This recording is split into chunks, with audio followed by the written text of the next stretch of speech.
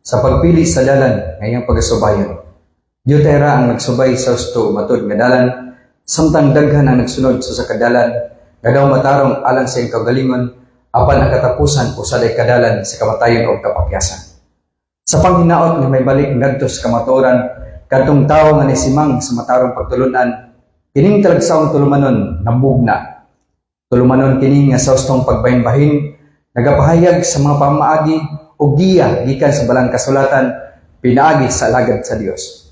Busa subaya ang mataganib ning tulumanon oras sa grasya agihatod alang kaninyo. Pinaagi sa niyusang katuyuan sa Grace Gospel Church of Christ o sa Things to Come Mission Incorporated. Mag-igsunan, mayong gabi. Welcome to our program sa Oras sa Grasya. Pasalamat og dako sa opportunity nga kita makahimo sa pagdaig sa Ginoo pinagi niini nga program. Og magumusta na kita, greetings sa atong mga kaigsunan, especially sa akong pamilya dito sa Mindanao, sa Bukidnon, kang Mama Biore, o sa akong maigsoon dito, sila ni PB, Ariel, ni Willie, ni Sir Rebecca, manainom og sa tagsa-tagsa nila kapamilya, o bisan pa kay Inday Wilsie o kay Pastor Leo.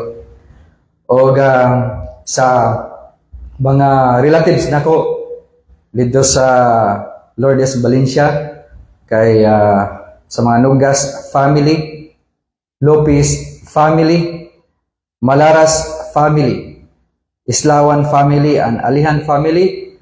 Mayong gabi kanyong tanan. O bisan pa sa kong kaparentihan usab dito sa Masbati, sa Gindawahan, kay Yaya Sibis o kay Dumi. Mayong gabi diha kaninyo, Ya og Yo, o bisan pa kay Yoyo Junior, may gabi usab, o kila Aisa, o sila Jisam, o bisan pa kay Junbi. O sa may kaigsunan na mo dito sa Magtagangtang, Grace Gospel Church, sa Bedriho family, Nugas family, good evening. Kung magkaigsunan diya sa Alaska, Tamara, Ma'am Ibilma Tamara, o sa iyang sakop sa iyang panimalay, Labrador family, Ma'am Nancy Tabal, Manatan family, sa tanan nga mga manata din sa Alaska, may gabi, o bisan pa diya sa Buhisan, sa ato ang maabtikon din nga igsoon kay Kuya Marvin Imnasin o kay Ate Marilyn de la Serna, family, o bisan pa sa Bulacau, sa kay Ate Joy, kay Kuya John Iglesia, o sa iyang pamilya, kay Kuya Jory, Mari, o Ate Grace, o bisan pa kay James, o kay Toto, kay Jassy, o sa tanan nga namila din o bisan pa usab sila Ate Ingrid, sila Ate Inday, sa Talisay, sa mga membro sa Mosquiti family, kay Brad Elmer, Ate Jingjing, o bisan pa sa Galorio family, kay Son April, o si Brad Wiwi, o sa Mantos family, sa Talisay Gapon, Ate Doris, may gabi din ka pamilya ni Ate Adin, si Nanay Bini Manatad, o ban sa iyang pamilya, o bisan pa kay Ate Jing Oxtero, o sa pamilya. Diri usab sa Cebu City, ilan ni Brad Insel ug Ma'am Lorjit Alfanta, kay Igsoon Joel Rances ug sa iyang pamilya. Family usab ni Kuya Ratoy, evangelista din sa Bacalso sa highway. O bisan pa dito sa atong kaigsunan sa Cordoba, Lapu-Lapu, kay Ate Bilia o kay Kuya Mamay evangelista, may gabi din o sa imong pamilya. O bisan pa usab kay Pastor Jess, no, dito gyapon sa Lapu-Lapu, o si Ma'am Fanny. Sa co-workers nato diri sa Cebu Grace Gospel Church, Pastor John Pilago, ug Nanay Deb, Pastor Jess, mayong gabi. Co-workers sa Cebu District, headed by our beloved Supervising Minister Pastor Joel Lamberti. TZM workers, brothers and sisters in Christ, good evening. Kininasab yung alagad sa kahanginan, Pastor Ray Ansero, paambit sa pulong sa Ginoo sa pipila ka minuto. Ang atong topic karon mga igsoon, kung inyong makita sa screen atau makita din about can we maintain our salvation? According to Colossians chapter 1 verse 22 to 23.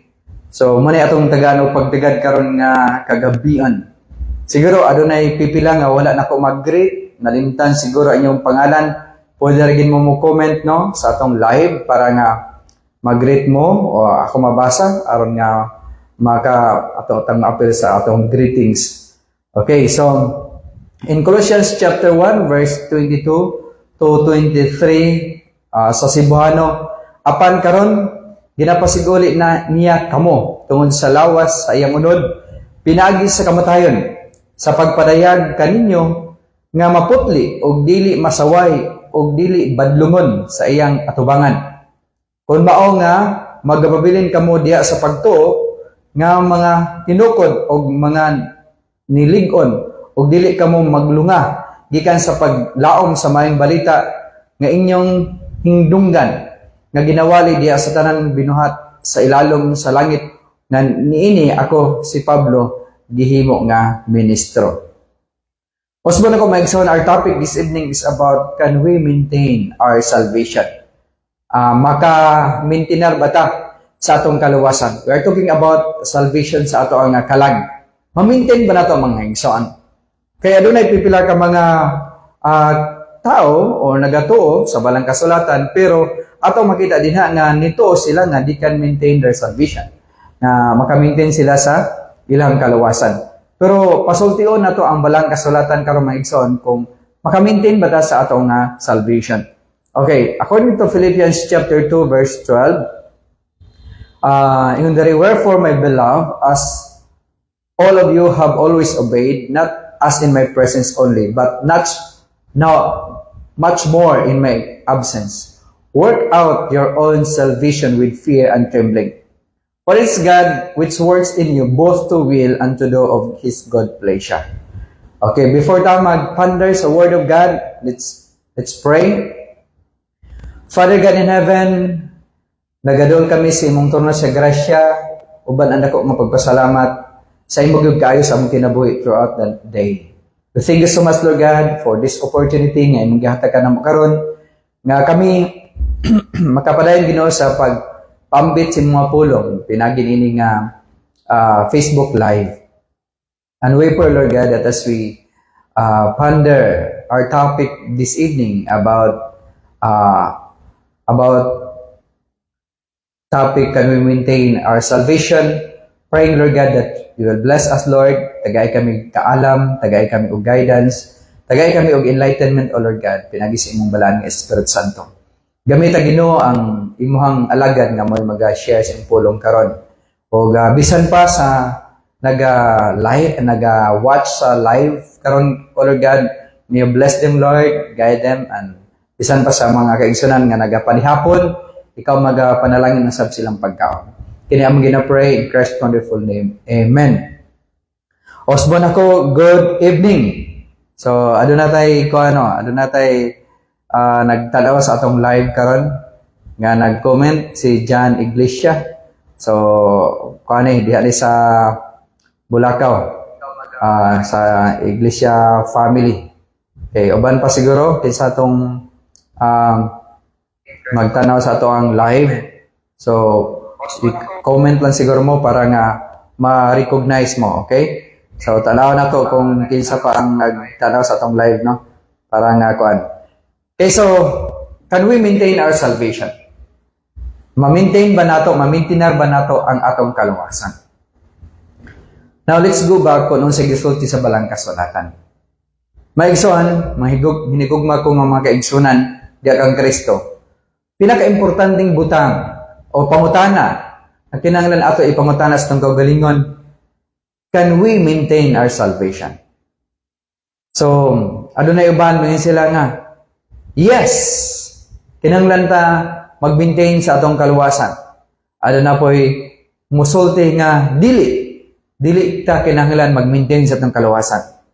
Pero unsa man gyud ang gisulti sa balaang kasulatan?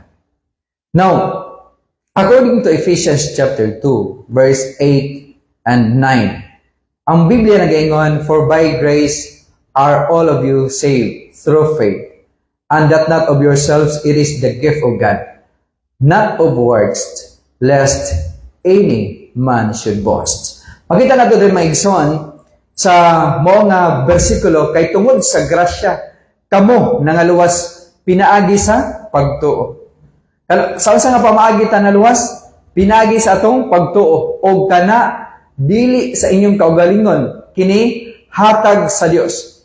Maigsoon atong sabton una, salvation is God's work, not man's effort. Bot pasabot ang kalawasan ay trabaho ni sa Ginoo. Dili ni atong kahago, dili ni resulta sa atong kahago. Mo ni pinaka pundasyon nga kamotuoran nga kinahanglan atong ibutang. Isil-sil nato sa atong hunahon kasing-kasing. Salvation begins with God. So, asa nagsugod ang kaluwasan? Diha sa Ginoo. We did not earn it. Dili nato ni pwede nga haguan. O we do not deserve it. We could not save ourselves. Dili ta makaluwas sa atong kaugalingon. In John chapter 10 verse 28, ang pulong sa Ginoo nagaingon, I give unto them eternal life, and they shall never perish, neither shall any man pluck them out of my hand. So, this is our assurance, no? Yung dari, og ako naghatag ngadto kanila og kinabuhing dayon, og sila dili na gayud malaglag ni adunay tawo nga makaagaw kanila gikan sa kamot o sa akong kamot. Ato makita diri maigsoon, usa kini ka pagpamatuod nga Jesus paid the price on the cross. And salvation is received by faith alone. Ang kaluwasan atong maangkon lamang pinagi sa atong pagtuo. Ingon diya, I give them eternal life. Kisay naghatag og kinabuhi nga walay katapusan, ang Ginoo. Og ingon diya, and they shall never perish. Dili siya malaglag. Muna yung sa balang kasulatan mga igsoon. And they shall never perish. Okay?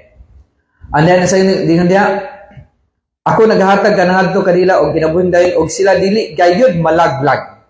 Muna ingon sa balang kasulatan. And then, neither shall any man pluck them out of my hand.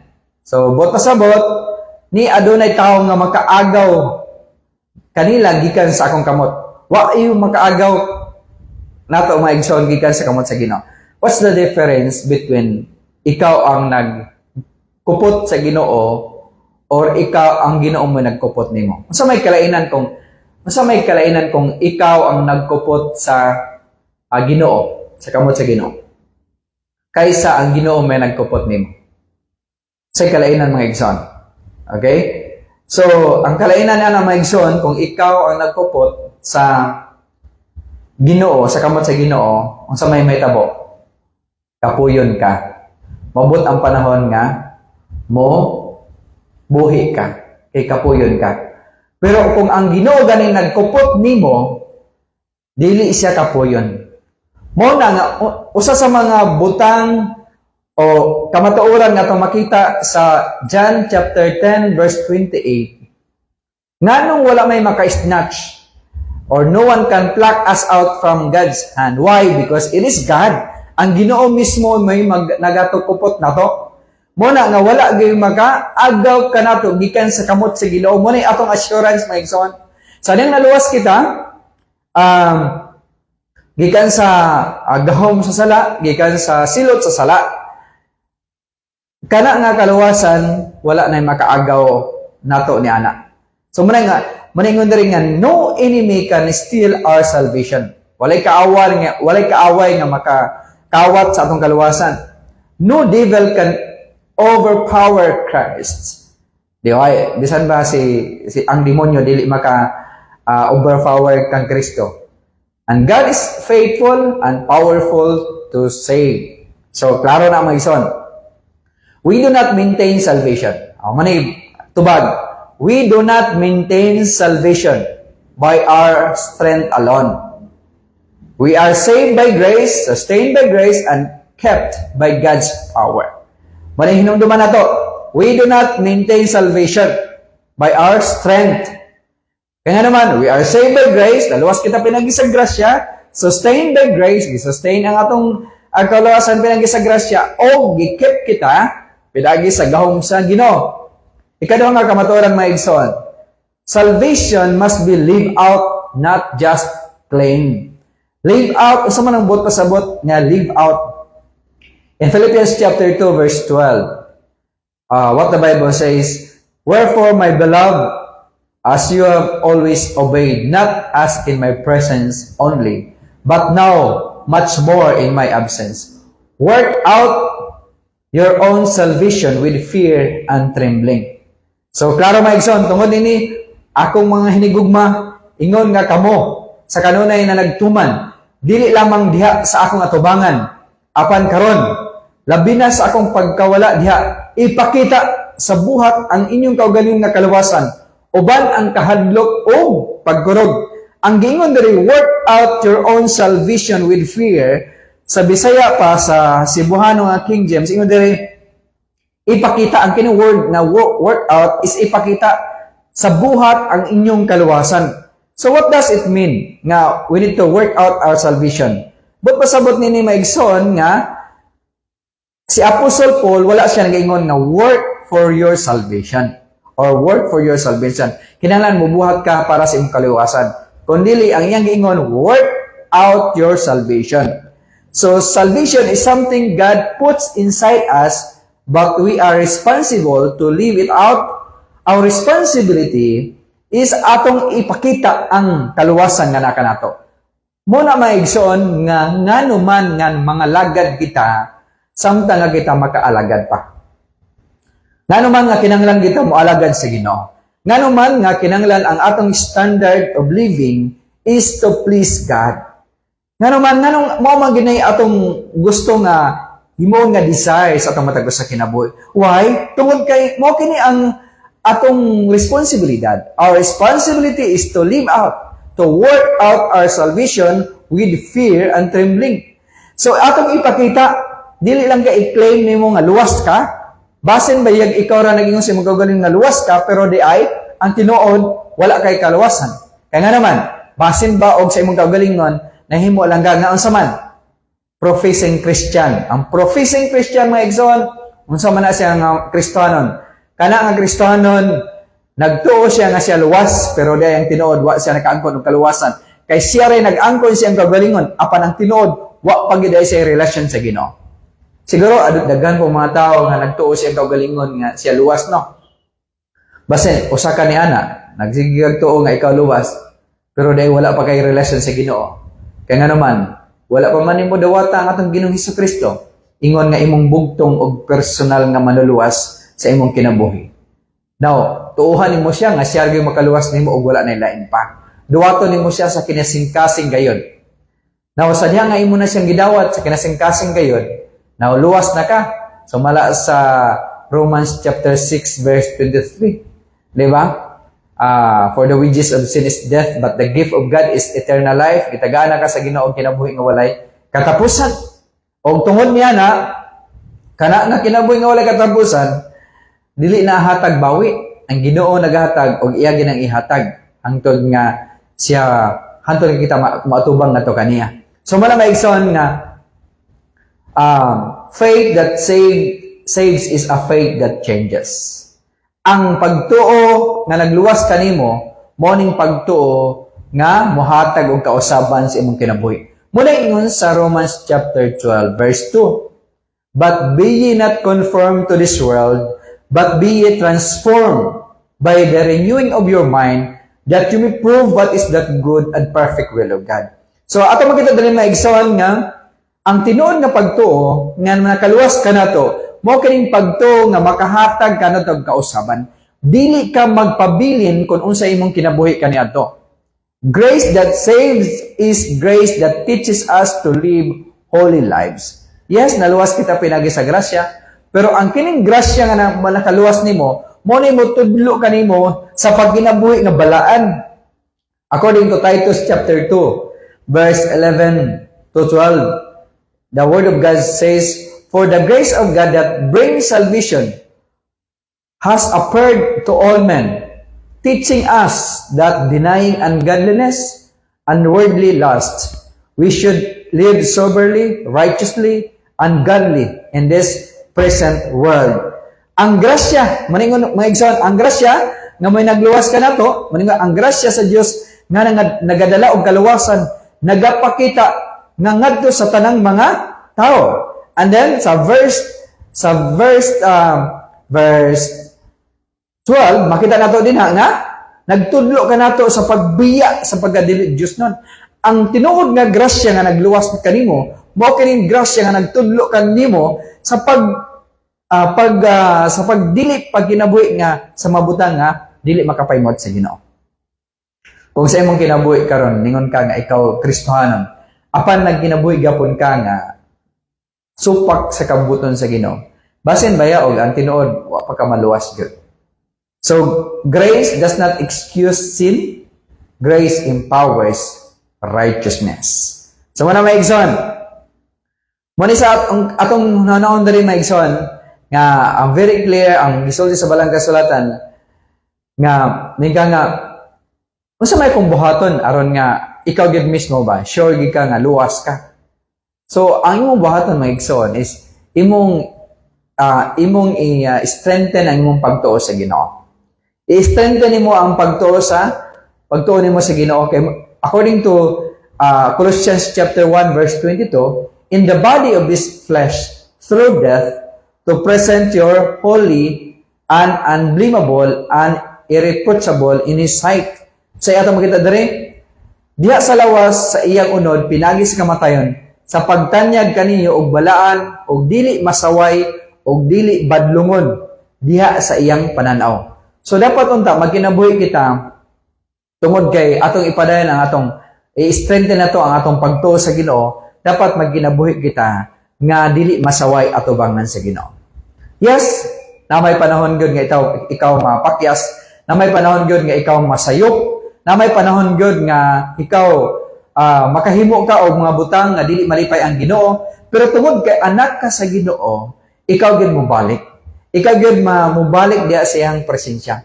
Kay ang Ginoo gyud mo kuan gyud nimo, muhatag siya og challenge nimo nga mobalik ka ngadto kaniya.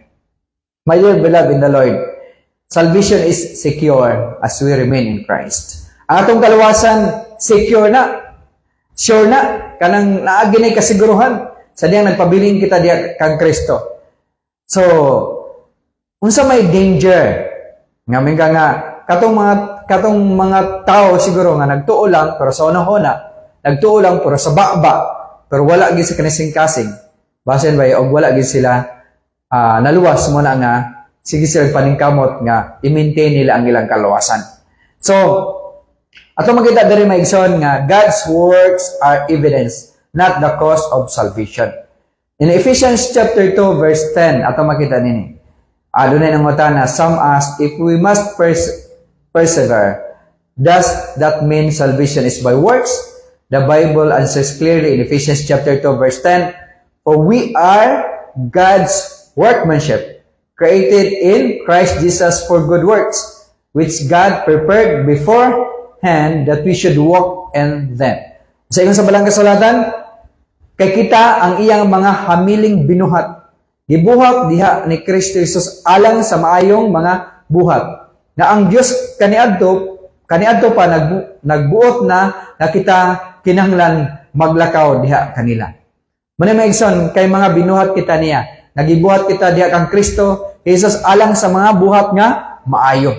Muni nga kita originally ang pagbuhat gid sa Ginoo ang disenyo gid sa Ginoo kanato nga buotan ta, matarong ta, buotan ta, obedient kita sa atong Ginoo. Mo gina yang original nga plan. And then dili na ta kinahanglan magtrabaho nga kanang mangita kita trabaho kay ngano man ang Ginoo mismo nag-provide og work Ang Ginoo mismo nag-provide og trabaho para nga ikaw mo trabaho. Like kay Adan o kay iba, ang trabaho ni Adan mora man ang pag-atiman sa mga gibuhat sa Ginoo. Now, muna ang ato makita di mga igsoon. Muna ang gi-ordain sa Ginoo, muna gi-ordain sa Ginoo sa sinugdan pa lang. Pero it's sad to say nga sa diyang nakasala ang atong kalulululuhan o atong kalulalulahan. Si Adan o si Eva. Ang hitabo, nahimulag kita diya sa presensya sa Ginoo tungod sa sala. O mo na problema nga ang tao nganong muadto man og impierno. Naka-default na ka tungod sa imong sala, muadto gyud ka sa impierno. That is your kanang default destination. Lake of fire because of sin. Pero ang gugma sa Ginoo nahilabihan man. So, buot pasabot, imbes nga kitang tanan muadto ka sa impierno tungod sa gugma sa Ginoo, sumala sa John 3:16. For God so loved the world that He gave His only begotten Son, that whosoever believes in Him shall not perish but have everlasting life. Buot pasabot, tungod sa gugma sa Ginoo, siya napagkamatay dito sa Krus Kalbaryo. Aron ikaw ug ako, namoto ka niya, dili malaglag kung dili makaangkon o kinabuhi nga walay katapusan. Ato makita doon may igsoon tungod sa gugma sa Ginoo. Dili niya gusto nga ang tao muadto sa impierno. Muna siya mismo ang nagpakamatay dito sa Krus Kalbaryo aron ikaw ug ako makaangkon og kapasaliwan sa imong sala ug dili na ka muadto sa impierno, dili na ka itambog dito sa impierno. Tungod kay gusto sa Ginoo nga ikaw luwason. Maningon ba nga ang kaluwasan gihimo sa Ginoo. Ang imo lang response mo ang pagtuo kaniya ingon nga imong bugtong og personal nga manluwas sa imong kinabuhi. Dawaton nimo ang gasa sa kinabuhi nga walay katapusan. Dawaton nimo siya wholeheartedly. Dili kanang sa unahon na lamang, kun dili kanang sa baba lamang, kun dili kanang ginagikan gud sa kinasing-kasing. Now sa diyang imo na siyang gidawat according to Ephesians chapter 2 verse 10, for we are God workmanship. So buot pasabot daw maigsoon sa diyang luwas na ka, balik ka kung unsay original nga design sa Ginoo kanimo. Ang original nga design sa Ginoo kanimo, to do good, sa diyang luwas na ka, you need to do good in order to please God. Aron nga ang Ginoo malipay sa imuhang kinabuhi. O nga tungod niya na tagaan ka niya og reward sa gitagda nga panahon. So, muna mang igsoon ng kamatuoran. Now, kinanglan na atong buhaton dere. Ingon dere, in 1 Corinthians 9:27. But I keep under my body and bring it into subjection, lest that by any means, when I have preached to others, I myself should be cast away. Apan gibuntog ko ang akong lawas, o gibutang ko kini sa pagkaulipon. Kay tingali, sa human ako makamantala sa uban, ako sa akong kaugalingon, iga sa likuay. Sa may but pasabot ni Apostle Paul. Ingon siya, but I discipline my body and bring it into subjection. Muna may igsaw na itong buhatan. In order for us to do good, to live a holy life, we need to discipline our body. Atong disiplinahon ang atong kaugalingon. Yeah, muna atong responsibilidad. Luwas naman ta. So, tungod kay na natin kaluwasan, our responsibility nga kinanglan mubuhat kita og maayo tungod kay luwas na ta. Aron nga ang Ginoo nga tag-iyak sa imong kinabuhi nga naghatag kanimo kaluwasan, malipay kanimo o nga pinagin niya na ikaw iyang panalanginan. Karo ba maigsoon? Muna ito makita diri. Tungod kay gitagaan ka og kaluwasan. Buot pasabot niyan maigsoon. Ang ato ang buhaton is discipline and self-control. Discipline and self-control. Daghan kayong mga tentasyon sa kalibutan maigsoon. Grabe ang tentasyon sa kalibutan. Kung naka-remember mo sa kong topic atong sa first na to nga pagbalik sa atong live, na we need to swaddle ourselves from worldly influence. Kaya naman, grabe kayo ang tentasyon sa kalibutan. Pagtanaw pa lang nimo sa social media, pagtanaw pa lang nimo sa YouTube, pagtanaw pa lang nimo sa tanan nga mga social media platforms. Klaro kayo, tataw kayo ang mga tentasyon, mga igsoon. Pero ikaw mismo, kung disiplinahon nimo imong kaugalingon, ano na kay self-control, dili gid ka makasala. Manaingon sa I remember sa usa sa mga sa atong pioneering na to, nga missionary, si Pastor Vernon Anderson. Ngon siya, kung pinagi sa imong television, sa imong TV ba? Television nimo, makita nimo diya sa imong balay na makay TV no, sa imong television. Pinagi sa imong pagtanaw sa imong television, makasala ka, ayaw na nagpalit og TV. Kung pinagi sa imong cellphone, makasala ka, ayaw na nagpalit og cellphone.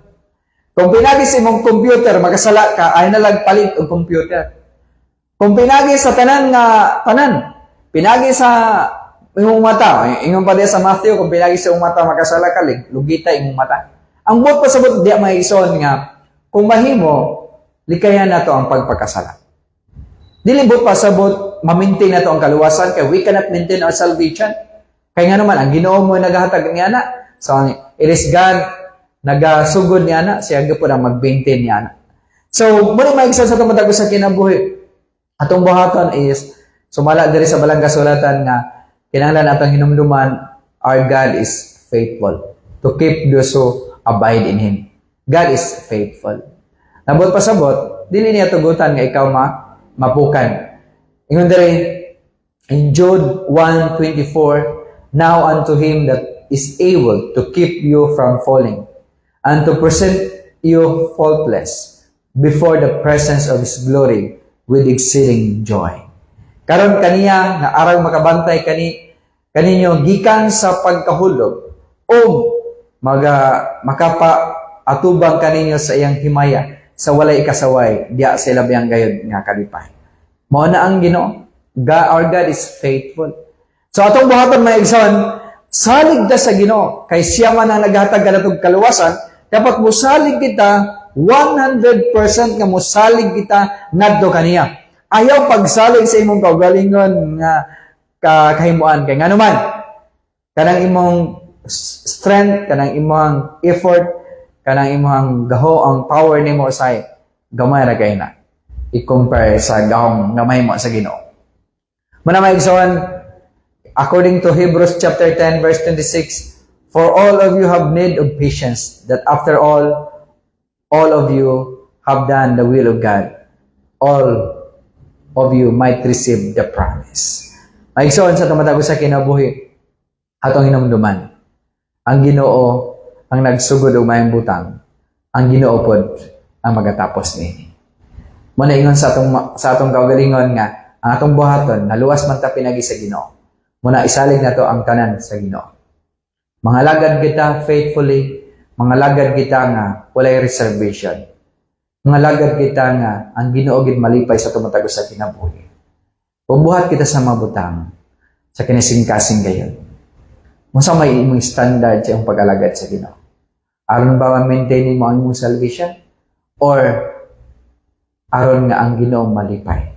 Tungod kay ang kaluwasan nga iyang gihatag kanimo complete. Kompleto na maigsoon. Ang ato na lang atong papangalagan bitaw ang tinuod, pagpasalamat na ni sa Ginoo. Pasalamat ni sa Ginoo tungod sa iyang pagka-faithful sa atong kinabuhi. Muna atong gibuhat karon. Nangalagad ta niya tungod kay ang Ginoo faithful kay sa tumatago sa kinabuhi. So, daghan kayong tanaw no? Nag-react sa atong live karon o salamat kayo sa inyong pag-react no? So si Ate Benedica nag-watch Nanay Bini o si Ate Doris o